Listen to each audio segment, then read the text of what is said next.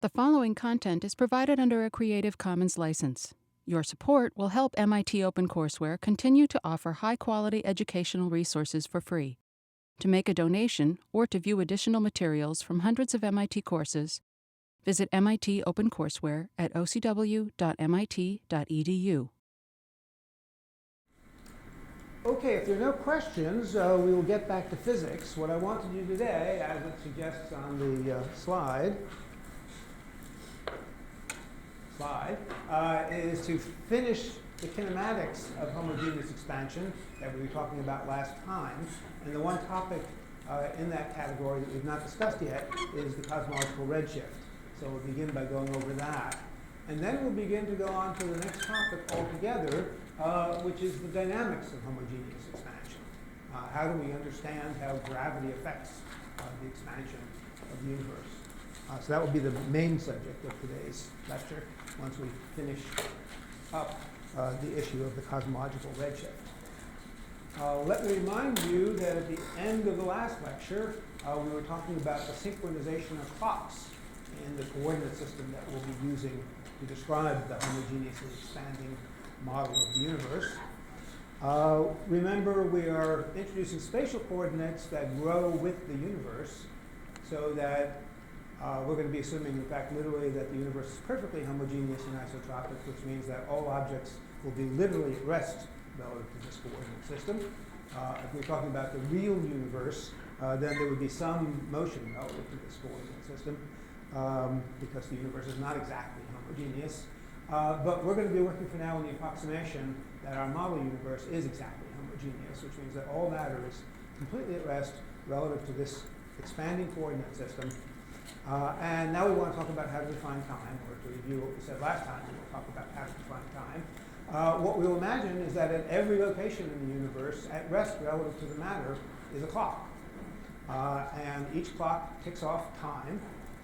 And all of those clocks will be acceptable as a clock which measures the time at the relevant positions. Time is measured locally. But we still have to talk about synchronizing those clocks. And what we said last time is that we can synchronize the clocks as long as there's some cosmic phenomena that can be seen everywhere, which has some time evolution. And we gave two examples. One is the evolution of the Hubble expansion rate, which can be measured locally. And everybody can agree to set their clocks to midnight when the Hubble expansion rate has a certain value. And another cosmic variable is the temperature of the cosmic microwave background radiation. So everybody in this model universe will agree that they'll set their clocks to midnight when the temperature of the cosmic background radiation goes to 5 degrees or any specified number. So as long as there's a phenomenon of that sort, which there is in our universe, it's possible to synchronize these clocks in a unique way. And the important thing to realize is that once they're synchronized at one time, they will remain synchronized as a consequence of our assumption of homogeneity. That is, if everybody agrees that the cosmic background radiation has a temperature of 10 degrees at midnight, if everybody waits 15 minutes till 15 minutes after midnight, everybody should see the same fall in the temperature during that time interval. Otherwise, it would be a violation of this hypothesis of perfect homogeneity. Yes, question? Is it like verified that temperature is invariant for all observers, all observers? Okay, the question is temperature invariant for all observers? And the question even included all Lorentz observers. It's not really invariant to different Lorentz observers. We're talking about a privileged class of observers, all of whom are at rest relative to the average matter. If you move through the cosmic background radiation, then you don't see uniform thermal distribution anymore.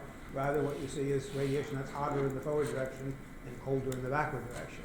And we, in fact, as I think I mentioned here, see that effect in our real universe. We're apparently moving relative to the cosmic background radiation at about 1/1000th of the speed of light.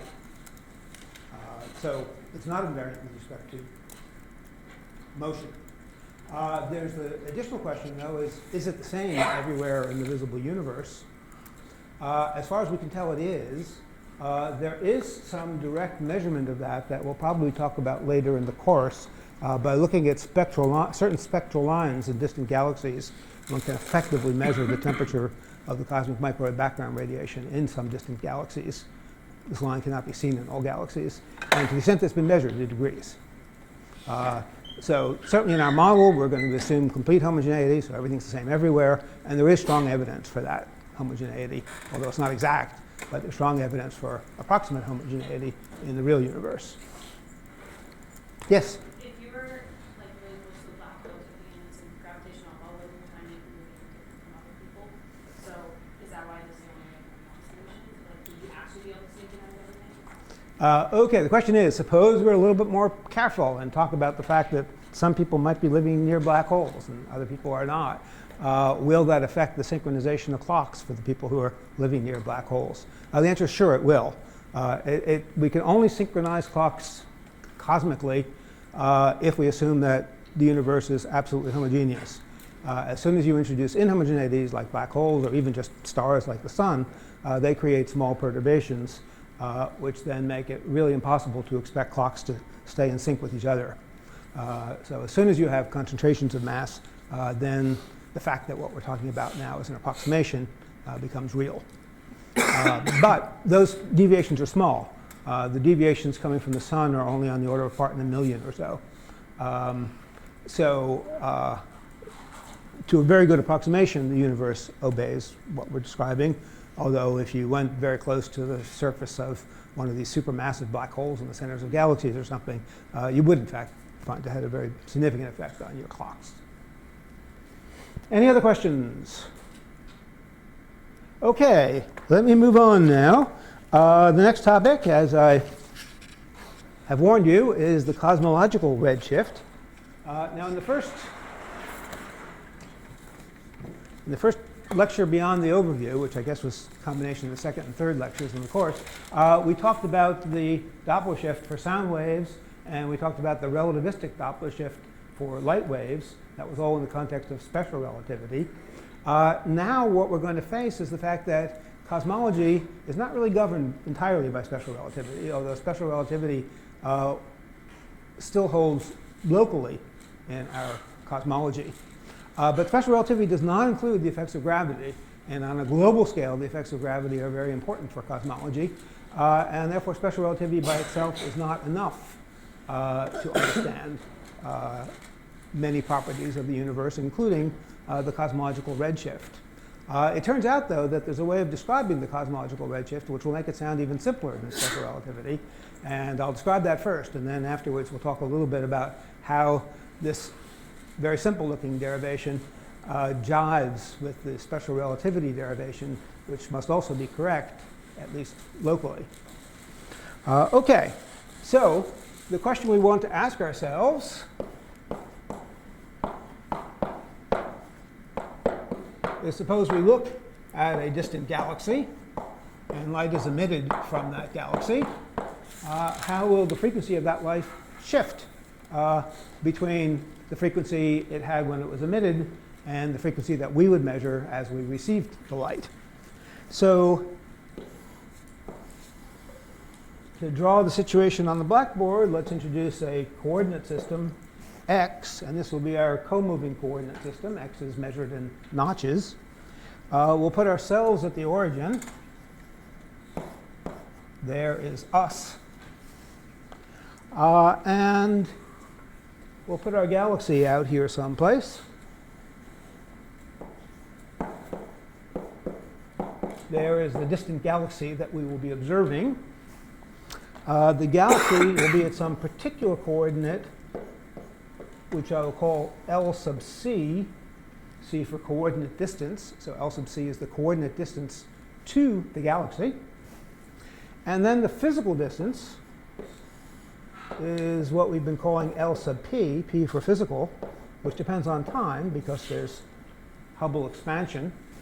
So L sub p of t, as we've said a number of times already, is a of t times L sub c. The scale factor, which depends on time, times the coordinate distance, which does not depend on time. So everything just expands with the scale factor a of t. So this describes the situation. And now what we want to ask ourselves is, suppose a wave is being emitted by the galaxy, and we'll be trying to track the distance between wave crests, which determines what the wavelength is. Since we'll only be interested in wave crests, we will talk in a language where we just imagine there's a pulse at each crest, and what happens in between doesn't matter for what we're talking about. So we want to track successive pulses emitted by the galaxy. Now, the important feature of our system is that we have argued that we know how to track light waves through this kind of a coordinate system. If x is our cosmic coordinate, the x dt, the coordinate velocity of light, is just equal to the ordinary velocity of light, c, but rescaled by the scale factor. And the scale factor here is playing the role of converting meters to notches. So c is measured in meters per second. By dividing by a of t, we get the speed in notches per second, which is what we want, because x is measured not in meters, but in notches.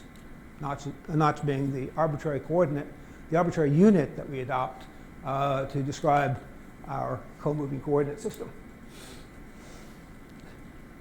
Now, the important feature of this equation for our current purpose is that the speed of light, as we're going to follow these light pulses through our coordinate system, depends on time, but it does not depend on x. Our universe is homogeneous, so all points x are the same.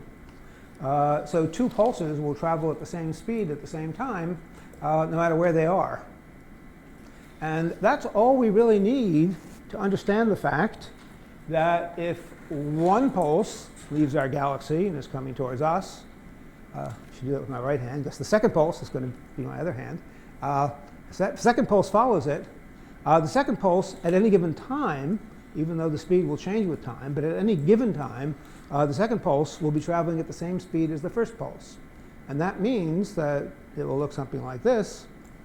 The speed might change with time, but as long as they both travel at exactly the same speed at any given time, they will stay exactly the same distance apart in our co-moving coordinate system. Delta x, the x distance between the two pulses, will not change with time.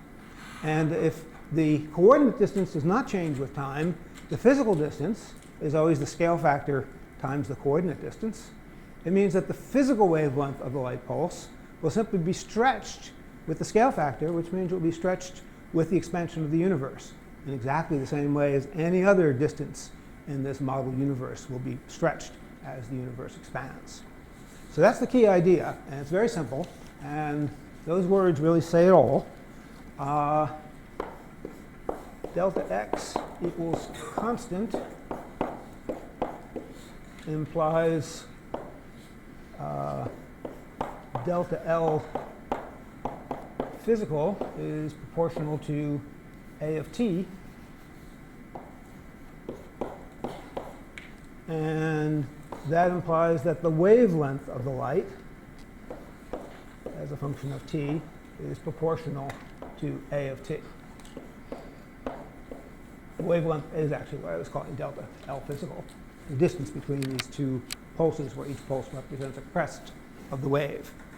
And lambda is the standard letter for the wavelength.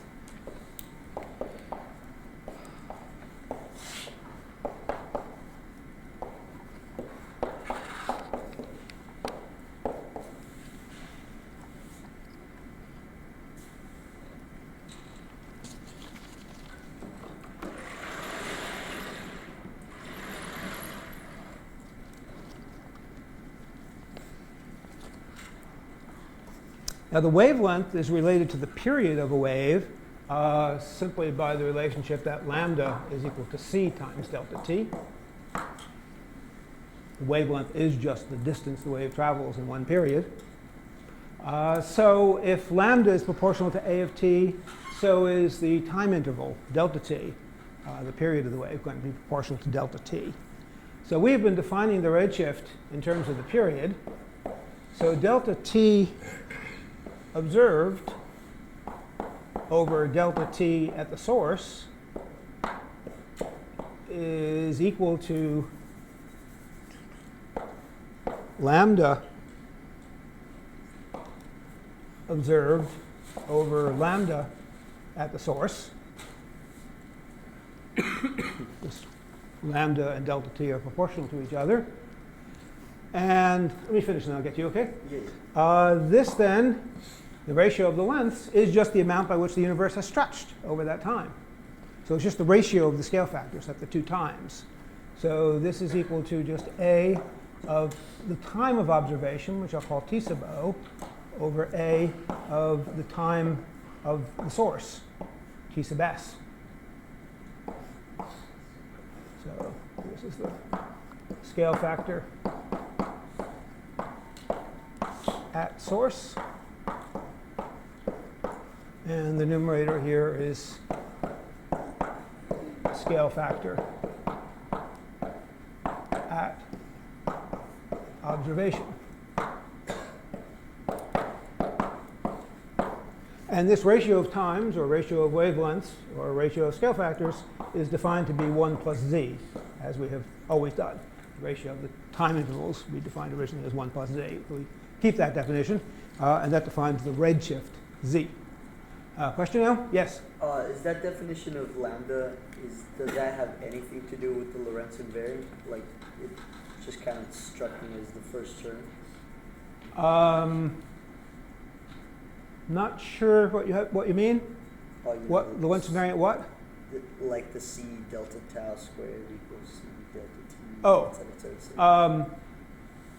Well, the delta t could be put into that formula, but that formula can measure any delta t. Yeah. So it corresponds to a special case, but any delta t would be a special case of that formula. So I don't think there's a lot to say about it being a special case. All right. Yeah. Any other questions? Yes? Is this like fundamentally different, or is it similar, or could you enact with analysis and say like, oh, the galaxies are moving apart? I mean, the galaxies are moving apart, so there's going to be a Lorentz.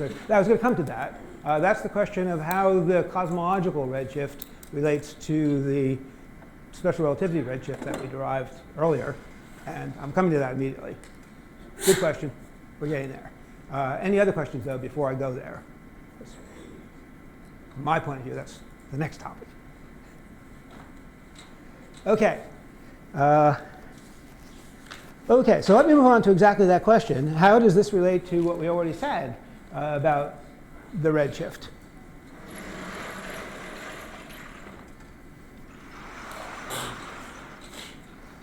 This answer, I would like to sort of quantify things and say that it differs in two ways from the calculation that we've done previously.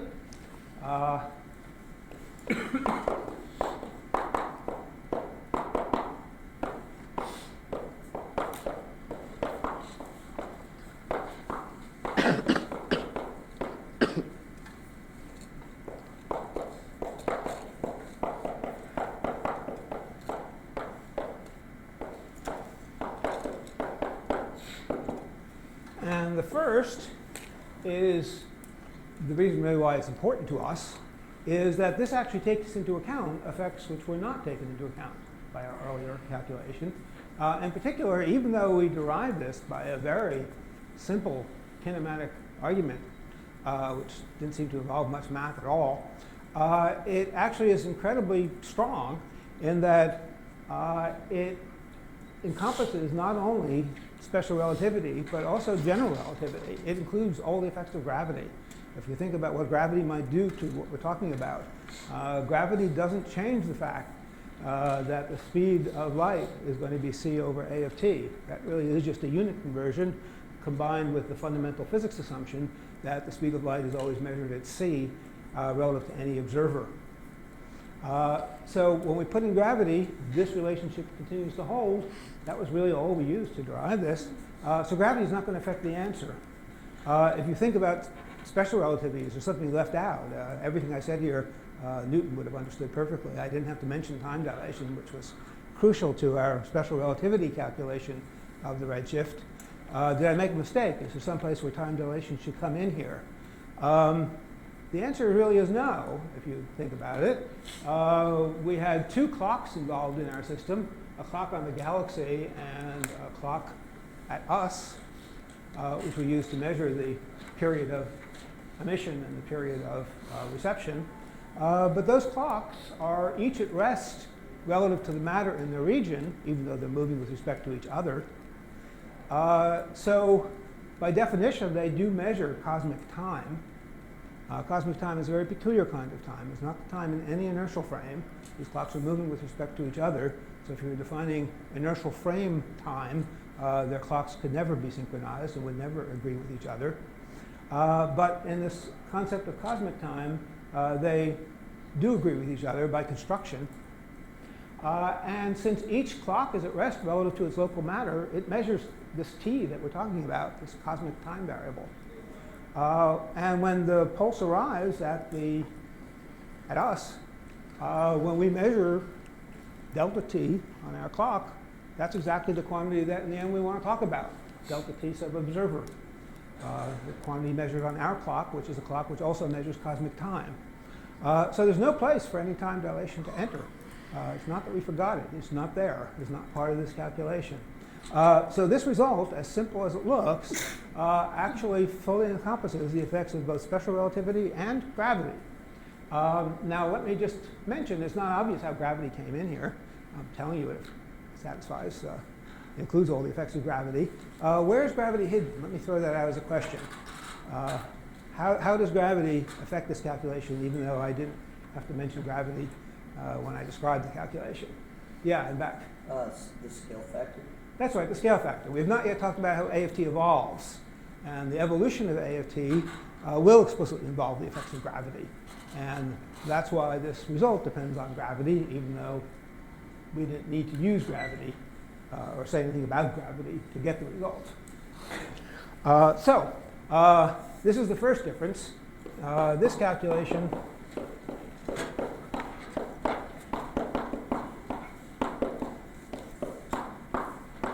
includes the effect of gravity.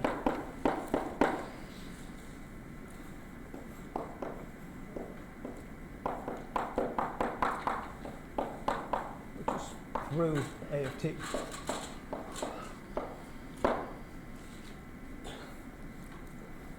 Now, because this calculation seems to include everything that the first calculation included and more, you'd expect it to be more complicated, but it's less complicated. Could we have saved ourselves a lot of time last week by just giving this calculation and deriving the other answer from it? The answer is not easily. It would not have saved time. One can in principle do it that way. But the other important difference between these two calculations is the variables that you're using to express your answer. Once you ask a question, if you ask the question vaguely, there could be many different answers to that question depending on what variables are used to express the answer. So what we're doing here is we're expressing the redshift z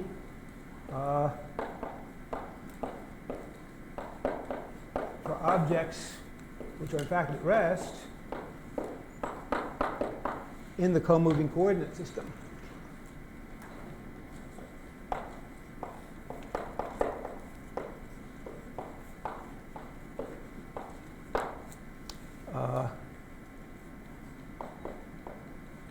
The special relativity calculation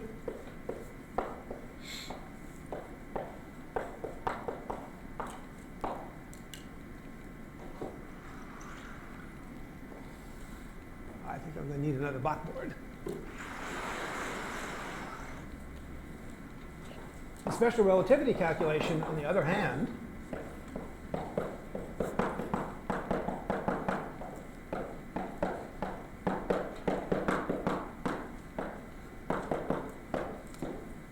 gives z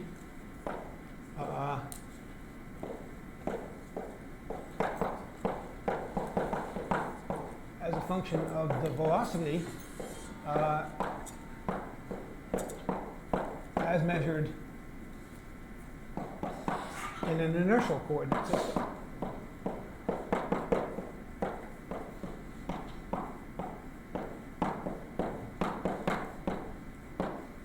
So the answers are just being expressed in terms of totally different things.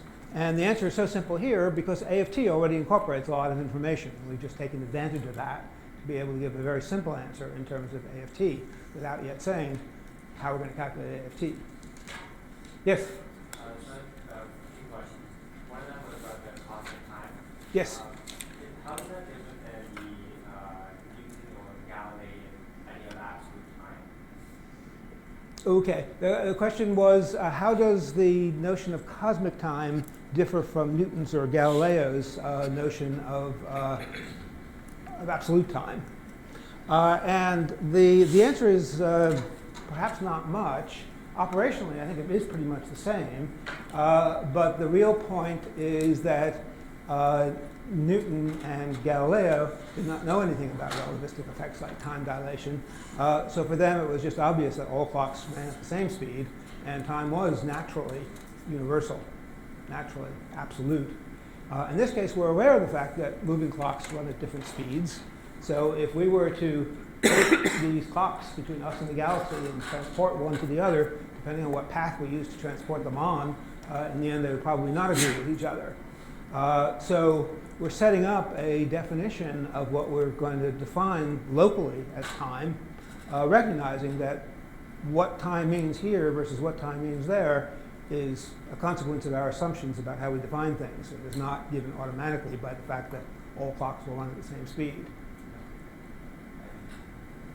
Follow up? Yeah, in addition, this is slightly different. So in the special relativity calculations using Cosmological Redshift, Z could be slightly negative if we have Blueshift. Absolutely. So here we're only assuming a redshift, but we could obtain a Blueshift if we allowed AFT to be decreasing. Correct? That's right. If the universe contracted, we would get a blue shift. And this would be entirely coherent with what we have in the special relativity case. That's right. It would correspond to the special relativity case. I was going to say a few words about the correspondence, but I'll answer questions first. Yes? Kind of like to add on to that question regarding the cosmic time.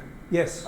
Isn't the fact that you scale the speed of light, that's what takes care of this discrepancy between the clocks themselves? I mean, The question is, does the fact that we've rescaled the speed of light take care of the discrepancy of times?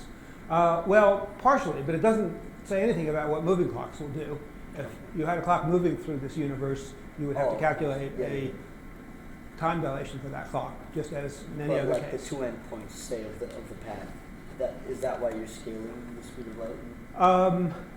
Not really. The scaling of the speed of light really comes about through the scaling of space. This, in fact, is just the scale factor that rescales space. Time is measured locally on every clock, and we don't think of it as being rescaled.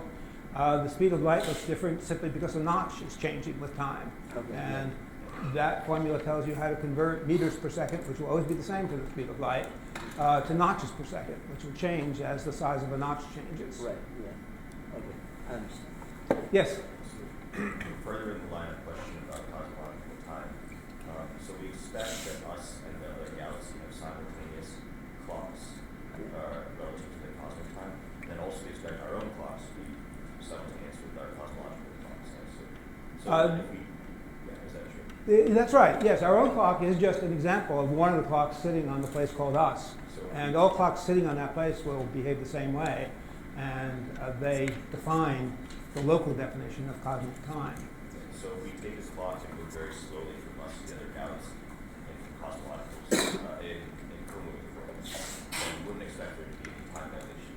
So then we expect the clock to stay simultaneous, to stay at what we would think would be simultaneous with us the whole time until we got to their galaxy. And then it would still be simultaneous, but they're moving at a speed relative to us.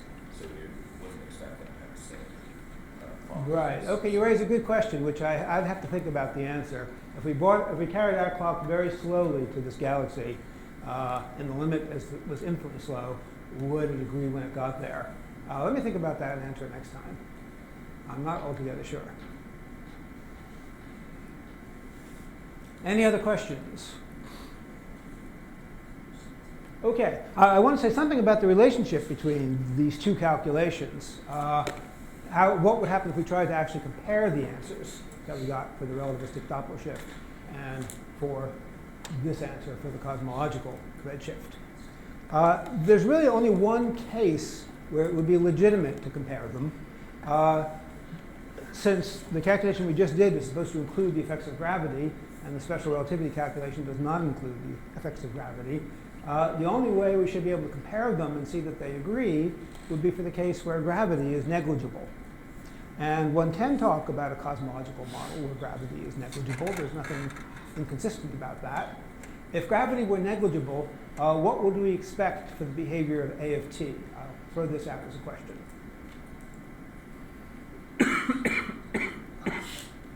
Here, constant. Constant is certainly a possibility, but it's not the only possibility. So try to think a little harder and ask if there are other possibilities.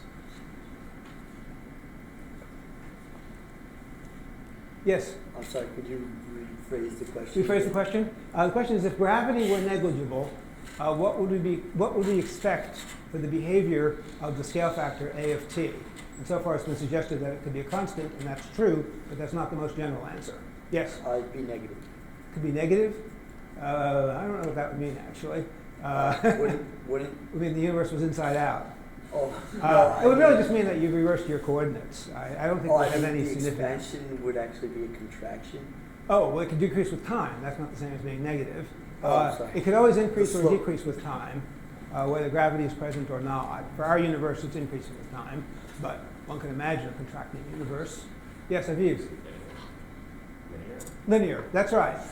If there's no gravity, A of t should be a constant times t. The constant could be 0, and then A of t is, maybe I should say it could be a constant plus a constant times t. And then for a special case, it could just be a constant. But it should vary linearly with time. And that simply means that all velocities are constant. If all velocities are constant, then A of t is varying linearly with time, so that the distance, the famous relationship is the distance is A of t times L sub c. If this distance were growing linearly with time, which would just be a constant velocity, which is certainly allowed in the absence of gravity, it would mean that A of t was growing linearly in time. So that would be the special case of absence of gravity, A of t growing linearly in time. And one can always set the constant that would be added to the linear to be 0 just by choosing the 0 of time to be the time at which A of t is 0. So in the absence of gravity, one can say that A of t should just be proportional to t.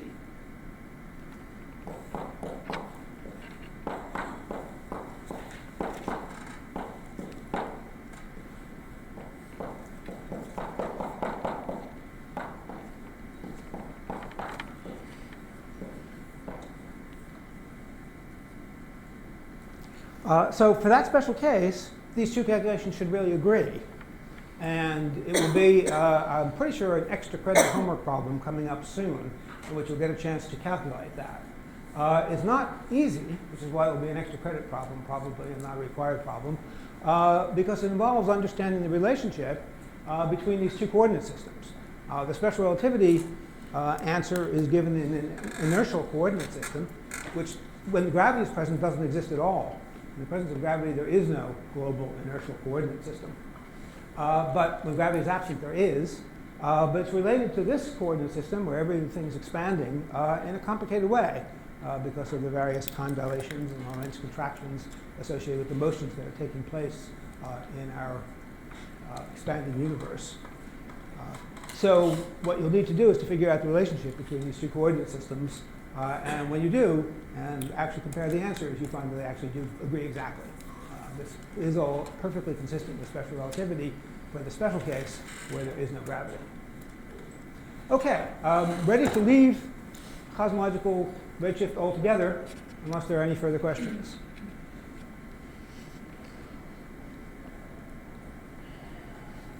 OK, in that case, onward to next major topic. We've now finished what I wanted to say about the kinematics of homogeneously expanding universes. And now we're ready to talk about the dynamics. What happens when we try to think about what gravity is going to do to this universe to be able to calculate how A of t is going to vary with time. That would be the ultimate goal, to understand the behavior of A of t. Now, this problem, in a way, goes back to Isaac Newton.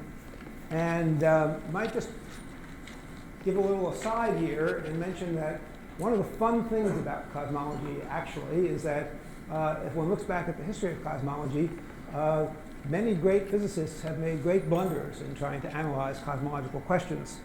And in the discussion today, we'll be discussing one of Newton's blunders. And to me, it's very consoling to know that even physicists as great as Newton can make stupid mistakes.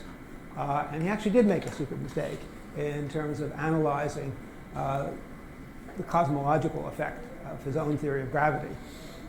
At issue was Newton's view of the universe. And Newton, like everybody really until Hubble, believed that the universe was static. He imagined the universe as a static distribution of stars scattered through space. And early in his career, from what I understand of the history, he assumed that this distribution of stars was finite in an infinite background space. But he realized at some point that if you had a finite distribution of mass in otherwise empty space, that everything would attract everything else with his 1 over r squared force of gravity, which he knew about, he invented it. And the result would be everything would collapse to a point. So he decided that would not work, but he was still sure everything was static, because everything looks static. Stars don't seem to move very much. So he asked what he could change and decided that instead of assuming that the stars made up a finite distribution, he could assume that they were an infinite distribution, filling all of space. And he reasoned, and this is really where the fallacy showed up, but he reasoned that if the stars filled the infinite space, that even though they would all be tugging on each other through the force of gravity, they wouldn't know which way to go. And since they wouldn't know which way to go, because they'd be tugged in all directions, they would stand still. So he believed that an infinite uniform distribution of mass would be stable, that there would be no gravitational forces resulting from the masses in this infinite distribution. And I have some quotes here, which I think are kind of cute, so I'll show them to you. Newton had a long discussion about these issues with Richard Bentley, a theologian, and we get to read about it because all these letters have been preserved. In fact, I'm told that the original letters are actually still in existence at Trinity College in Cambridge University. And you can find them on the web even. I'll give you a web reference for the text of these letters, and they're in books in various places. So let me read this to you. I think it's a cute quotation. As to your first query, by the way, I think we don't have the letters that Richard Bentley sent to Newton, only the responses. But Newton fortunately responded in a way that made the questions pretty clear, so it's not an important problem in understanding what's going on. Newton says, it seems to me that if the matter of our sun and planets and all the matter of the universe were evenly scattered throughout all the heavens, and every particle had an innate gravity toward all the rest, and the whole space throughout which this matter was scattered was but finite, the matter on the outside of the space would, by its gravity, tend toward all the matter on the inside. So this is the finite universe he's talking about now. And he says that by its consequence, everything would fall down into the middle of the whole space and there compose one great spherical mass. There he's describing how it would not work if you had a finite collection of matter. But he says, if the matter was evenly disposed throughout an infinite space, it could never convene into one mass. But some of it would convene into one mass and some into another, so as to make an infinite number of great masses scattered at great distances from one to another throughout all that infinite space. So we thought there'd be local coagulation, which of course is what we see in our real world. We see stars that are formed, and now we know about galaxies, which Newton had no way of knowing about. That's the kind of coagulation process that he's discussing.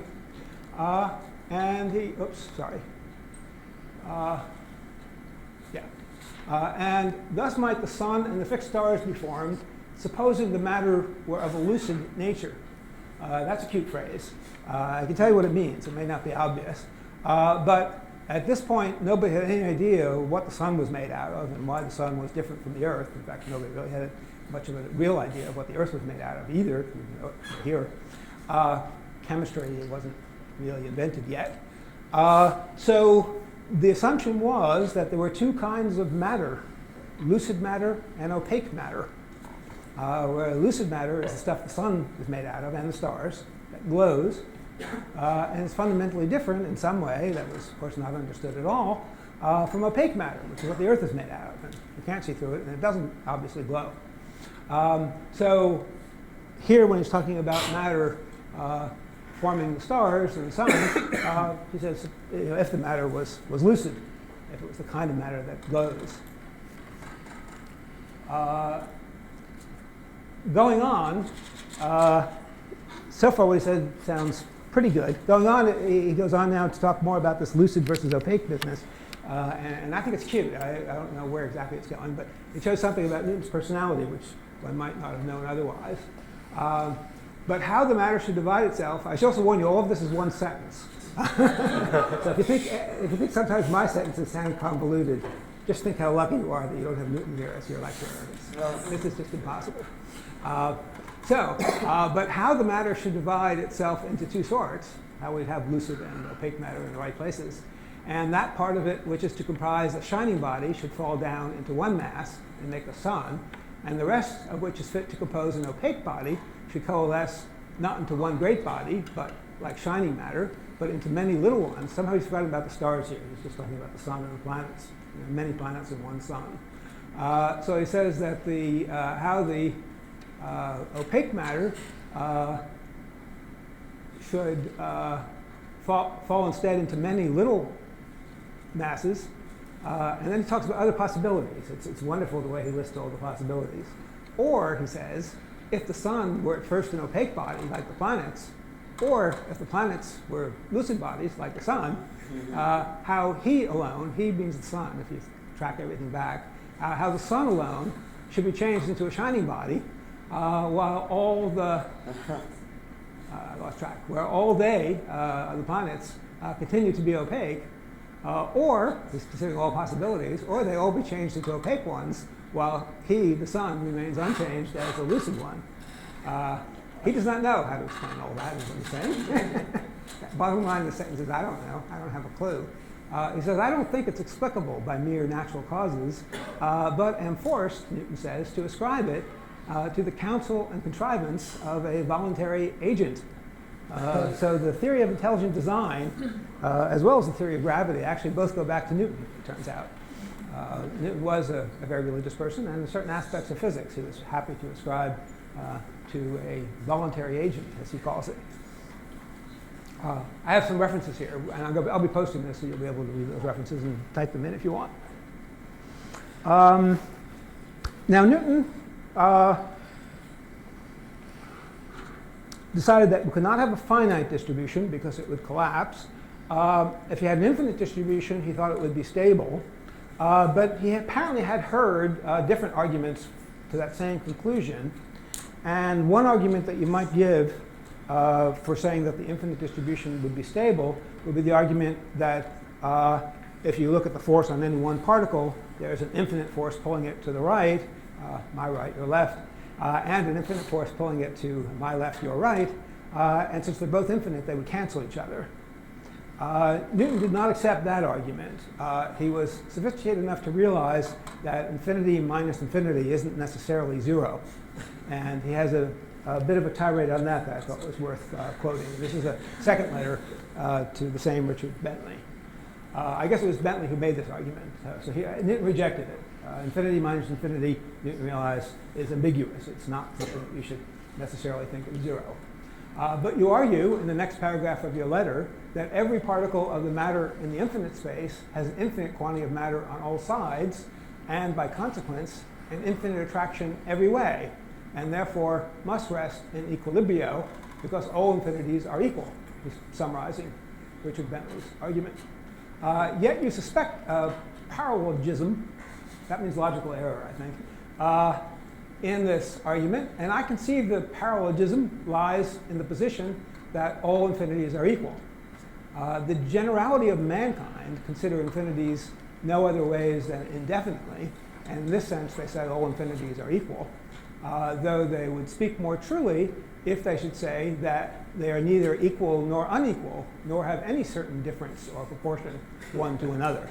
So he realizes that the ratio of infinity to infinity could be anything, and infinity minus infinity could be anything, all of which is consistent with our modern view of how to do the mathematics. In this sense, therefore, no conclusions can be drawn from them about the equality, proportions, or differences of things, and they that attempt to do so usually fall into paralogisms. He goes on. Now, I just have one more Newton quote. I like Newton quotes. I have one more Newton quote, again from the same series of letters. These are all from 1692 and 1693, I believe, where he gives an example. I think this follows the quote on the previous slide immediately, where he gives an example of a false argument that you can get into, and apparently it's an argument that he had heard from other people, if you think all infinities are equal. What he says is, so when men, he doesn't say who men are, and I don't really know the history, he may be referring to some particular philosophers at the time, when men argue that the infinite divisibility of magnitude by saying that an inch may be divided into an infinite number of parts, the sum of those parts would be an inch, and a foot can be divided into an infinite number of parts, the sum of those parts must be a foot, and therefore, since all infinities are equal, these sums must be equal. Understand the argument here. He's saying that if you divide an inch into an infinite number of parts, this is an argument he's giving as a foil. He's not claiming the argument is right, he's claiming it's wrong. But the argument is that if you divide an inch into an infinite number of parts, you get an infinite number of points. If you put them together, you get an inch. If you divide a foot into an infinite number of parts, you get an infinite number of points. And if you put them together, you should get a foot. But they're both an infinite number of points in the vague description. So if you think all infinities are equal, the infinite number of points that make an inch should be the same as the infinite number of points that make a foot, and therefore a foot should equal an inch, obviously. Right. Not right, he knew. So he says that the falseness of the conclusion shows an error in the premises, and the error lies in the position that all infinities are equal. So Newton has given us a very nice example of how you can convince yourself that you do get into logical paradoxes if you pretend that all infinities are equal.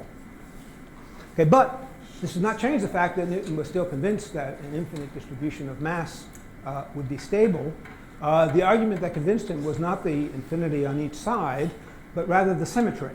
Newton's argument, the one he believed, was that if you look at any point in this infinite distribution, if you look around that point, all directions would look exactly the same with matter extending off to infinity, and therefore there would be no direction that the force should point on any given particle.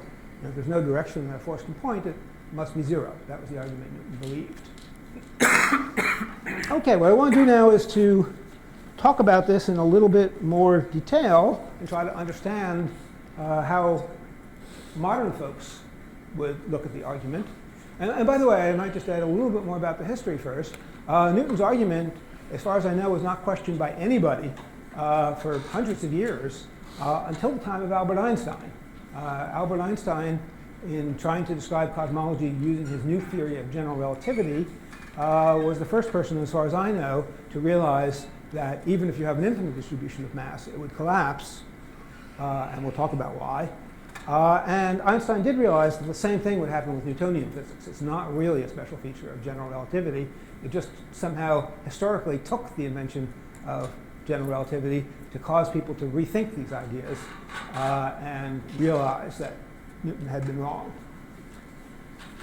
So, what's going on?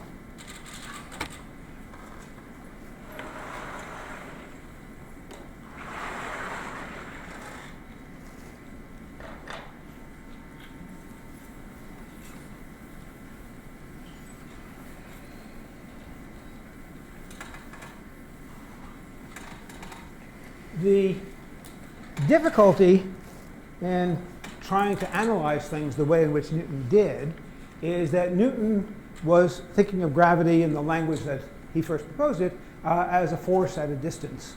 If you have two objects in space, the distance r apart, they will exert a force on each other proportional to 1 over r squared.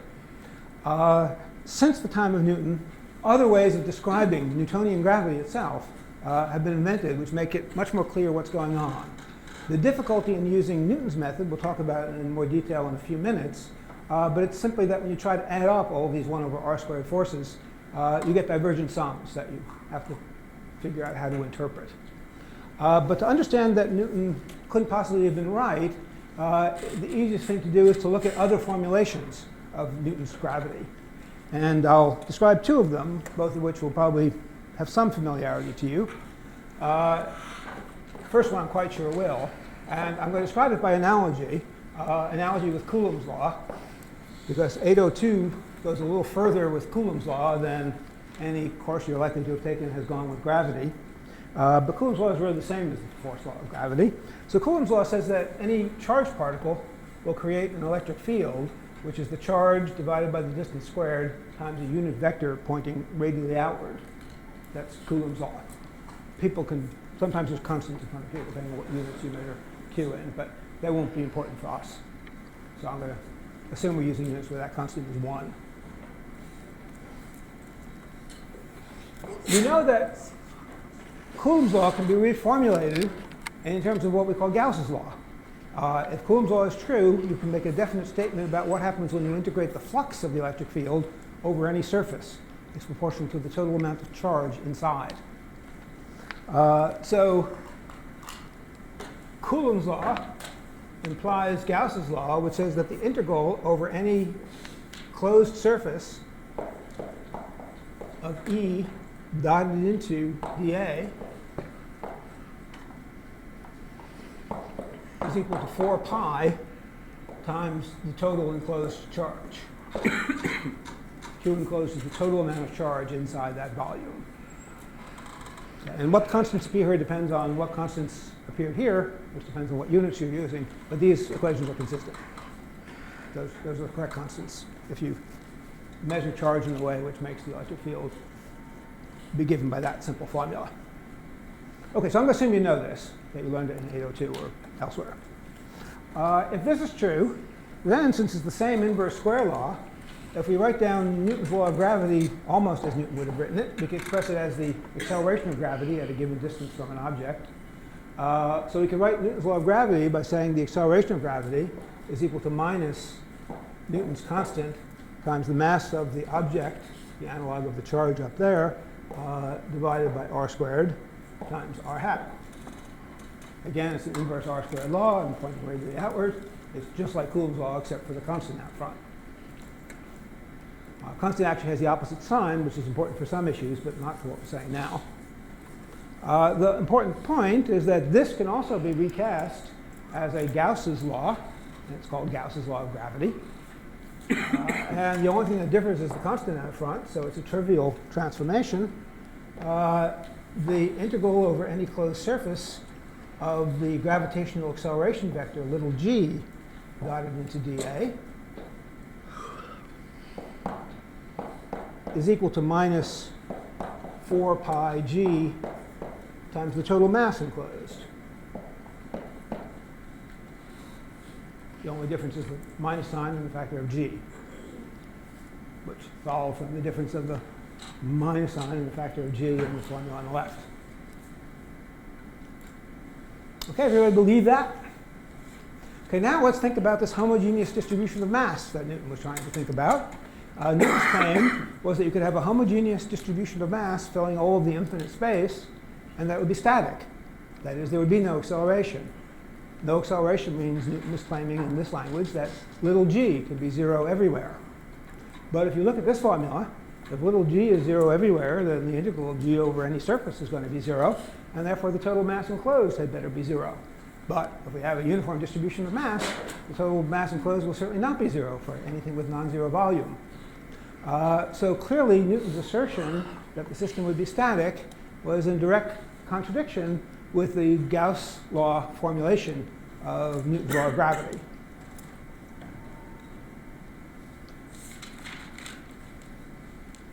Just for the fun of it, I'll give you another similar argument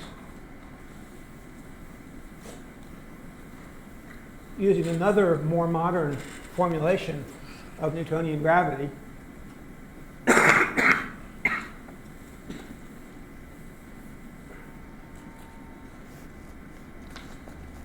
Another way of formulating Newtonian gravity, which you may or may not have seen, and if you haven't seen it and don't understand what I'm saying, don't worry about it. It's not that important.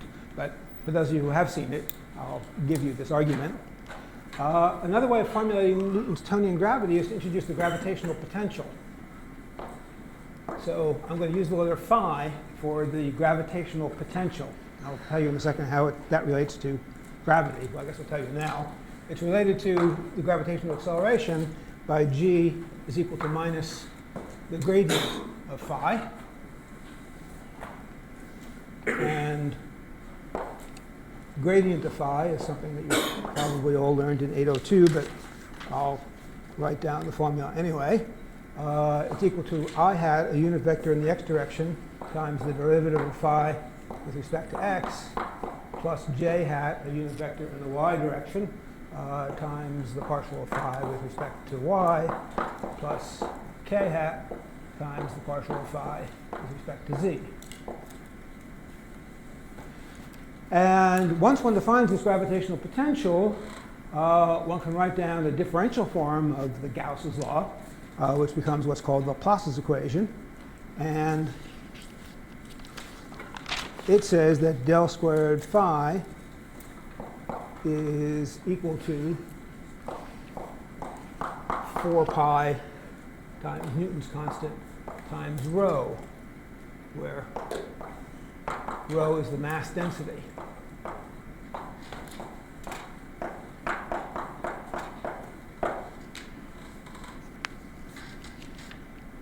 And this is called Laplace's equation. And if you're given the mass density, it allows you to find the gravitational potential, and then you can take its gradient, and that determines what g is. And it's equivalent to the other formulations of gravity. But it gives us another test of Newton's claim that you could have a homogeneous distribution of matter and no gravitational forces. If there are no gravitational forces, then g would have to be 0, as we said a minute ago. In this formulation of g is 0, that implies that the gradient of phi is 0. If we look at the formula for the gradient, it's a vector. For a vector to be 0, each of the 3 components has to be 0. And therefore, the derivative of phi with respect to x has to vanish.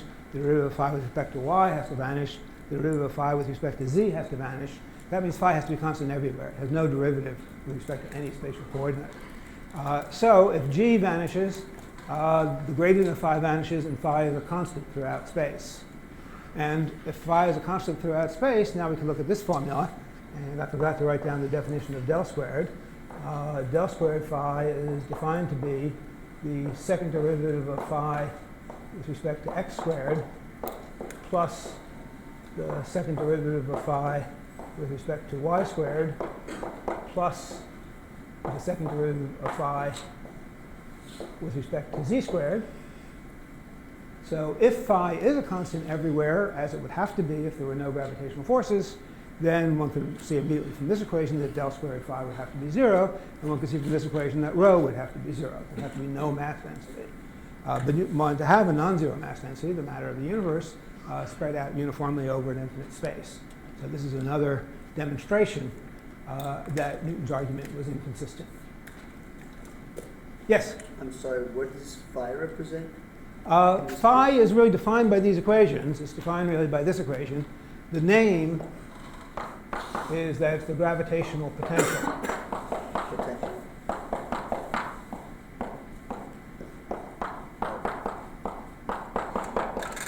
And its physical meaning is simply that it gives you another way of writing what g is. Yeah.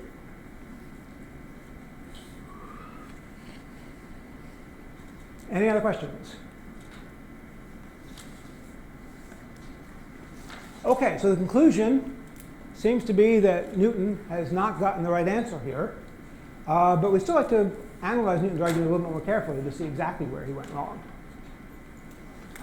So, next thing I want to talk about is the ambiguity associated with trying to add up the Newtonian gravitational forces, as Newton was thinking, for an infinite universe.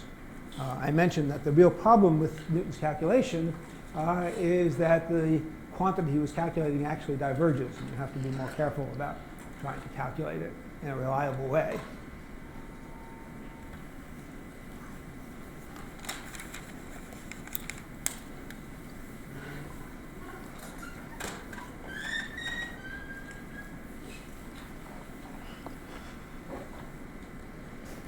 So to make this clear, I want to begin by giving an example of this general notion of integrals that give ambiguous values. And I want to define just a couple mathematical terms. I want to consider just, again, starting just talking about general functions and when integrals are well defined and when they're not. I want to imagine that we just have some arbitrary function f of x, where x now would just be one variable. It all generalizes to 3 dimensions, which is the case that we'll be interested in. But we'll start by talking in terms of one variable. If we have a function f of x, we can discuss what I'll call I sub 1, which is the integral from minus infinity to infinity of f of x dx. This is exactly the kind of integral that you were thinking of when you wanted to thinking about adding up all of the gravitational forces acting on a given body.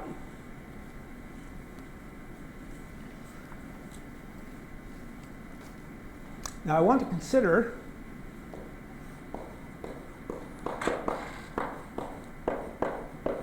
the case where I1 is finite.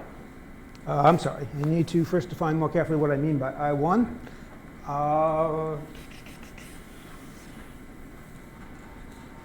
Okay, to even define what you mean by this minus infinity to infinity, you should say something a little bit more precise. So we could define I1 a little bit more precisely, and I'll call this I1 prime for clarity. This will really just be a clearer way of describing what one probably meant when one wrote the first line. We can define the integral from minus infinity to infinity as the limit, as some quantity L goes to infinity, of the integral from minus L to L of f of x dx. So this has to do the integral from minus L to L. And if we assume f of x is itself finite, this is always finite. I will assume that f of x itself is finite. We'll only worry about the convergence of the integral. So for any given L, this is a number. And then you can ask, does this number approach a limit as L goes to infinity? And if it does, you say that's the value of this integral. That defines what we mean by the integral from minus infinity to infinity. I want to now consider the case where that exists.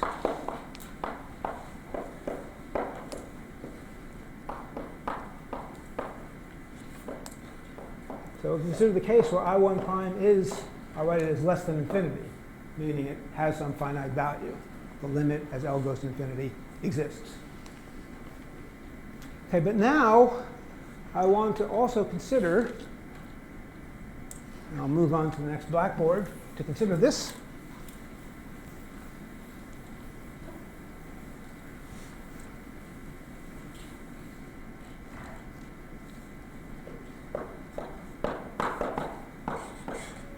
Consider an integral that I'll call I2 for further future reference, which is just defined to be the integral from minus infinity to infinity. Defined as the same kind of limit that we used here, but I won't rewrite it. I'll just assume that the integral from minus infinity to infinity means that limit. But I want to consider the integral from minus infinity to infinity of the absolute value of f of x dx. And now I want to introduce some terminology. If I2 is less than infinity, if it converges, then I1 is called absolutely convergent.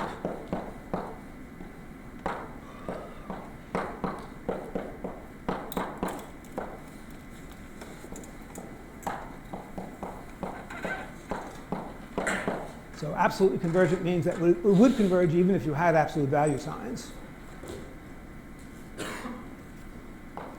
Conversely, if I2 is divergent, and I'll just write that as I2 equals infinity, means if that limit does not exist, if it's a divergent integral. But remember, we assumed I1 did exist. So I1 still converges, but it's called conditionally convergent.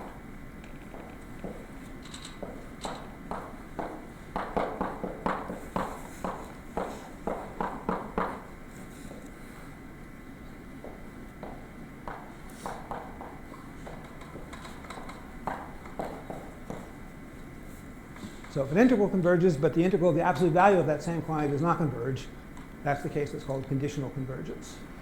And the moral of the story that I'll be beginning to tell you now is that conditionally convergent integrals are very dangerous. What makes them dangerous is that they're not really well defined.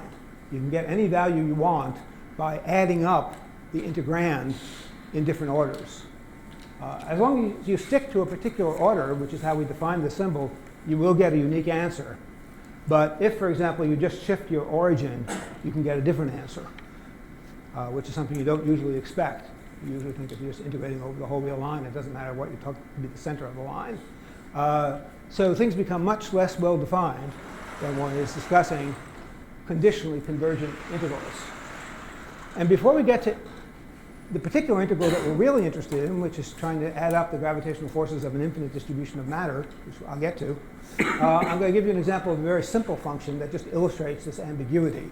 That if an integral converges but is not absolutely convergent, you can get any answer you want by adding it in different orders, adding up the pieces of the integral in different orders.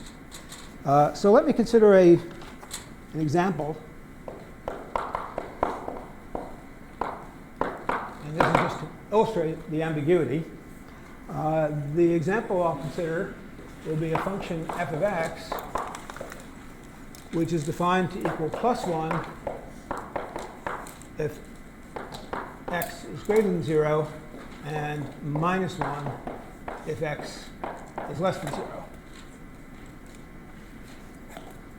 And I have neglected to specify what happens if x is exactly equal to 0. But when you integrate, that doesn't matter. A single point never matters. You can imagine it's anything you want, that x equals 0. It won't change anything we're going to be saying. OK, let me draw a graph of this.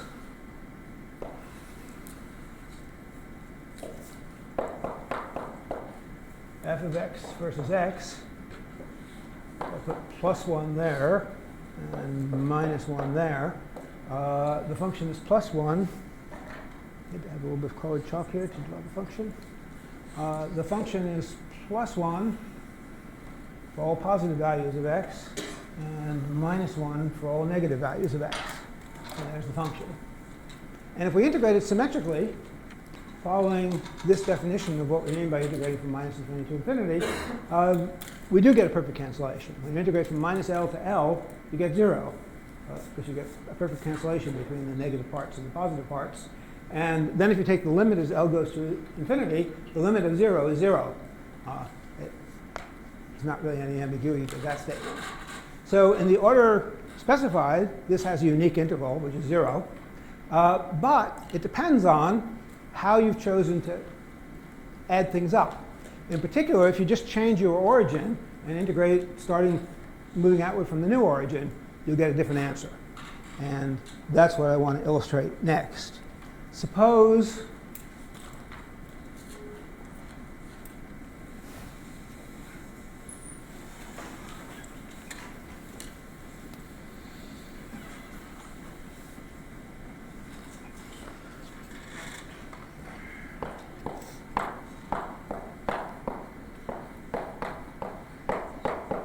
we consider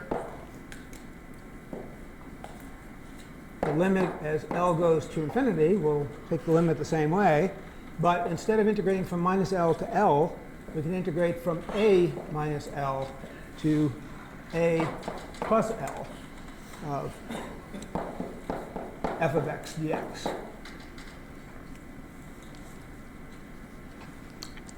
Now this is really the same integral. We've just basically changed our origin by integrating from a outwards. In the special case a equals 0, it's exactly the same as what we did before. But if a is non-zero, it means that our integral is centered about x equals a instead of centered about x equals 0. So we can draw that on the blackboard. If we let a be over here, our integral will go from a minus L, and that will be to the left a distance L, and it will extend to a plus L, which will be to the right by a distance L. The integral defined by the equation on the blackboard at the left will correspond to that region of integration. And the specification is that we should do that integral first and then take the limit as L goes to infinity and see what we get. It's easy to see what we will get. Once L is bigger than A, you can see that the answer won't change anymore as we make L bigger. Because as we make L bigger, we will always be adding a certain amount of -1 on the left and a certain amount, and the same amount of +1 on the right, and they will cancel each other once L is bigger than A. And we don't care about small l because we're only interested in taking the limit of large L. But we should look at what happens when L equals A, and then from any bigger value of L will give us exactly the same number. And when L equals A, the integral will go from 0 up to 2A, A plus L, which is A equals L, so that's 2A. So the integral will be only on the positive side, and we'll have a length of 2A. And that means the integral will be 2A, because we're just integrating 1 from 0 to 2A. And that will be what we'll get for any bigger value of L also, because as we increase L, as I said, we just get a cancellation between adding more +1 on the right and adding more -1 on the left. So this limit has a perfectly well-defined value, which is 2A. And A is just where we chose to start integrating. So A could be anything. We could choose A to be anything we want if we're free to integrate in any order. So we can get any answer we want if we're free to integrate in any order, to add up the pieces of this integral in an order that we choose. And that is the fundamental ambiguity of conditionally convergent integrals. And what we'll see is that trying to add up the force on a particle in an infinite mass distribution is exactly this kind of a conditionally convergent integral. And that's why you can get any answer you want, and it doesn't really mean anything unless you do things very carefully. OK, let's move on. I only have a few minutes left, which I guess means I will set up this calculation, but not quite get the answer. And we'll continue next time.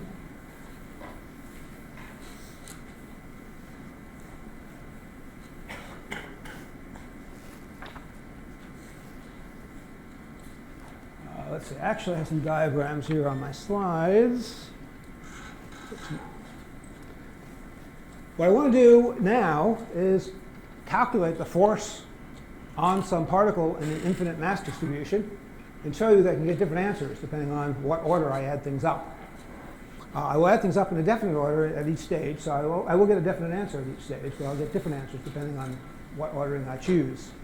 So we're going to start by trying to calculate, and the only thing we're interested in actually, in calculating the gravitational force on some point P in an infinite distribution of mass. Mass fills the slide and everything out to infinity. And we're going to add up that mass in contributions that are specified.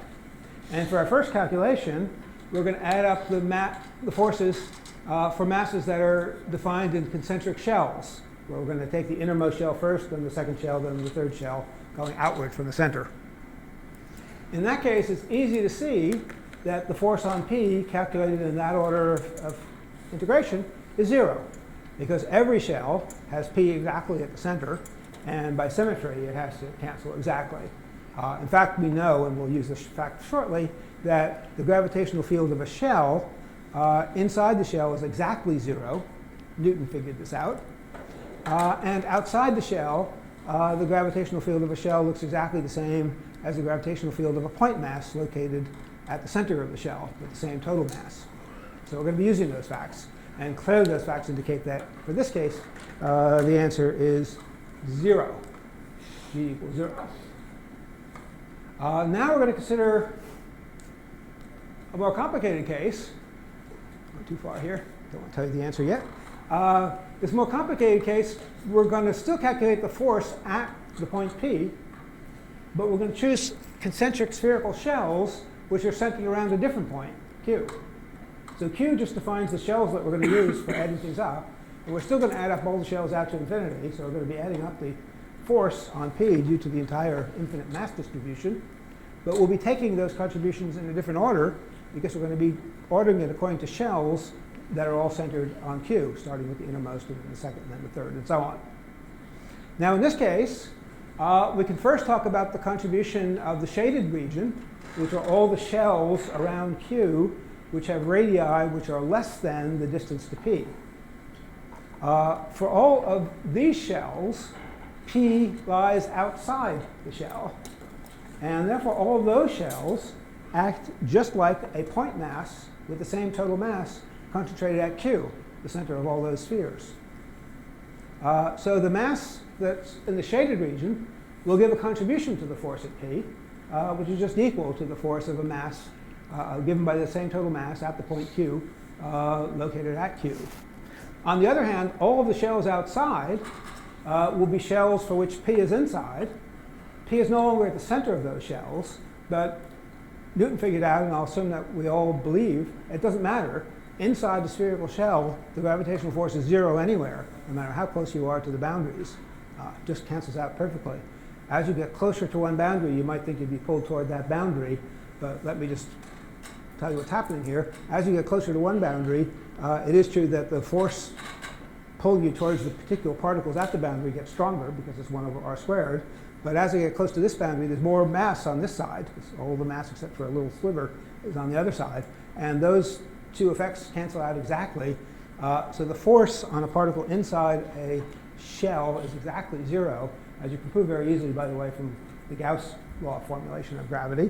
And therefore, the outer shells give no contribution. So we've completely calculated now the force at P is just equal to the force due to the shaded mass. And whoops.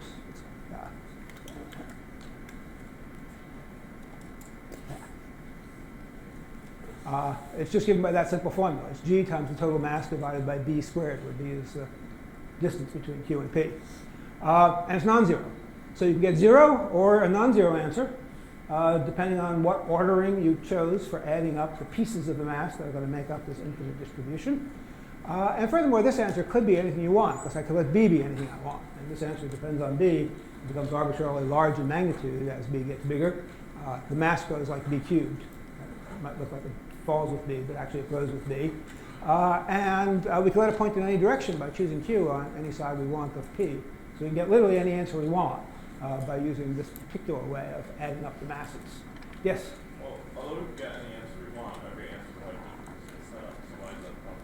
Every answer, say it again? Like every single one of those answers would correspond to the setup. I mean, like the g equals 0 because the spheres are the shells are concentric around p, whereas now they're like they concentric along further away. So. Well, the reason it's a problem is that these shells don't really exist. We're just thinking about these shells. The shells only determine what order we are going to use for adding up the different contributions. The matter is just uniformly distributed, and there are no shells present. The shells are purely a mental construct, which should not affect the answer. This is not part of the physical system at all. The shells only reflect the ordering that we have used to add up the masses. So we'll stop there. If anybody has questions, we can talk after class, and we can talk more about the questions at the beginning of the next class. But class is over for now.